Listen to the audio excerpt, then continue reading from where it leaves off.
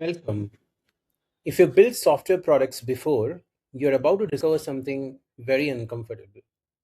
Almost everything you have learned about building great SaaS businesses still works for AI products until it doesn't. Because AI changes one assumption that software companies have relied on for decades. In SaaS, every new customer usually makes the business more valuable. In AI, every new customer also creates a new bill. And once that happens, the economics of your product begin to change. That's why this isn't really a course about models or prompts or building chatbots. It's a course about understanding the business physics behind AI.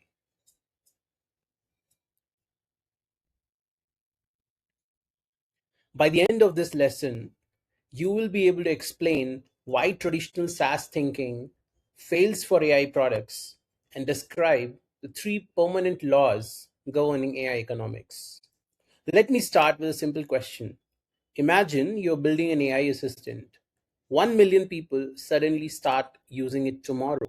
Is that good news? If you spent your career building SaaS products, your answer is probably absolutely. More users, more revenue, more growth. But AI changes that equation because every interaction costs money.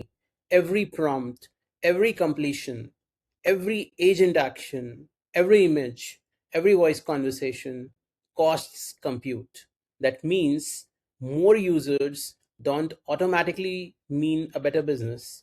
In some situations, more users actually make your company lose more money. And that's exactly why we need an entirely new way of thinking about AI businesses.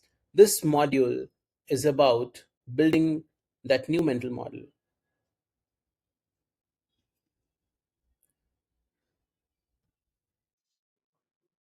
For nearly 20 years, software businesses followed a remarkably consistent economic model. Once software was built, serving the next customer was almost free. Whether you had 10 customers or 10 million, your infrastructure cost barely changed. That created extraordinary businesses. Every new customer mostly contributed additional profit. Product managers learned to obsess about metrics like monthly active users, retention, ARR, CAC, LTV. Those metrics still matter, but AI introduces something those businesses rarely had to think about: variable cost. Every time your customer asks an AI a question, someone pays. Maybe OpenAI, maybe Anthropic, maybe Google, maybe your own GPU cluster. But someone is paying for computation. The more intelligence you deliver, the more compute you consume. That's why AI businesses don't really sell software, they purchase intelligence, transform it, and sell it back to users. This is probably the single most important idea in the entire course. Don't think of your AI product as software. Think of it as a system that buys compute, allocates it intelligently, and converts it into customer value. Once you see AI this way, pricing changes, product decisions change, architecture changes, feature prioritization changes, even growth strategy changes. The rest of this course is simply understanding the consequences of this one single idea. Before we dive into frameworks, there are three permanent laws you need to accept. Remember, they're not problems we will eventually solve, they're properties of the AI industry. It's like gravity. Let's look at each one by one. The first law is simple: AI always has a marginal cost, costs will fall, models will become cheaper, hardware will improve, but compute never becomes free. Just like electricity became dramatically cheaper over the last century but never became free, every product decision, therefore, has an economic consequence. The second law is about power. AI compute isn't evenly distributed. A handful of companies control the models, the cloud, and often the chips.